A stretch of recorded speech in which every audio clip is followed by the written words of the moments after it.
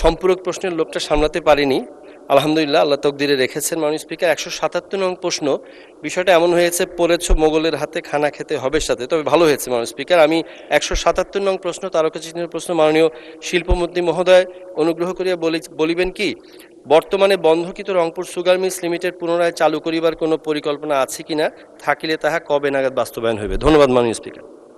মাননীয় মন্ত্রী। মাননীয় স্পিকার, আপনাকে ধন্যবাদ, আপনার মাধ্যমে সদস্যকেও ধন্যবাদ। তারকা চিহ্নিত প্রশ্ন 177-এর উত্তর হচ্ছে যে রংপুর সুগার মিলস পুনরায় চালুর পরিকল্পনা আছে, কিন্তু এটি অর্জন করাটা অনেক কঠিন। লোকসান ও রক্ষণাবেক্ষণ ব্যয় হ্রাসের লক্ষ্যে 2020-21 সনে আমাদের 15টা চিনিকলের মধ্যে, বাংলাদেশে স্থাপিত 15টা চিনিকলের মধ্যে 6টা বন্ধ করে দেয়া হয়, এবং সেটার মূল কারণটা ছিল আখের অভাব। তো আখের অভাবের কারণে এখানে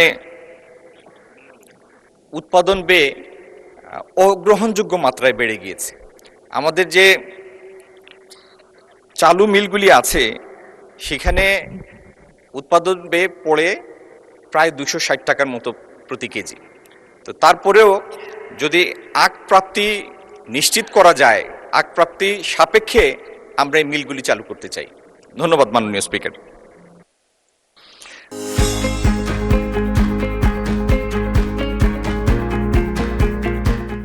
মাননীয় সদস্য মোহাম্মদ শামীম কায়সার, একটি সম্পূরক প্রশ্ন করুন।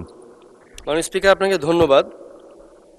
আজকের সিদ্ধান্ত প্রস্তাবে তো আসবে এটা, এখানে যে সংশোধনী মাননীয় 10 জন সংসদ সদস্য এটাকে সংশোধনী দিয়েছেন, এটা অত্যন্ত আশাব্যঞ্জক, সে কারণে ওখানেই সে আলাপগুলো হবে ইনশাল্লাহ। আমি আপাতত এতটুকু বলবো মাননীয় স্পিকার, দেখুন এর আগেও আমারই হাত দিয়ে আল্লাহ সহজ করেছেন, দেশনেত্রী বেগম খালেদা জিয়া তিনি আমার নির্বাচনী প্রতিশ্রুতি অনুযায়ী 2006 সালে এই মিলটি একবার পুনরায় চালু করেছিলেন মাননীয় স্পিকার।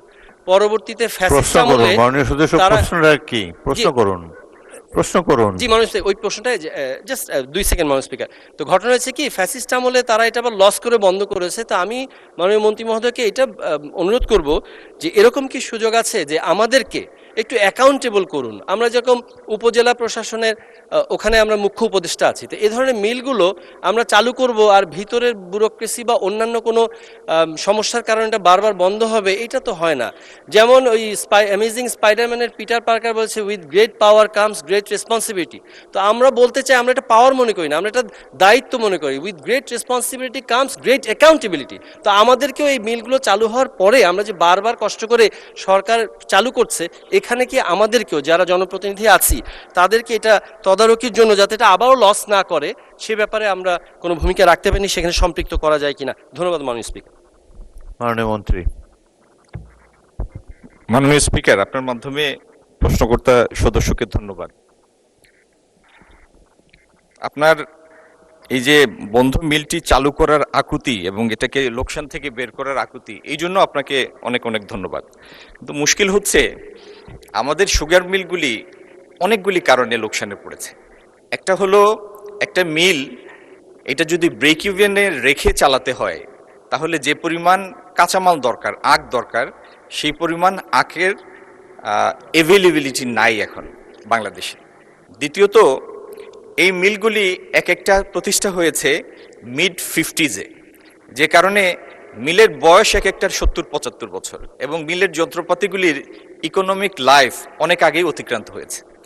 আমি আরেকটা জিনিস বলি, মাননীয় সদস্যের ইগারনেস দেখে আমি এটা অ্যাপ্রিসিয়েট করছি।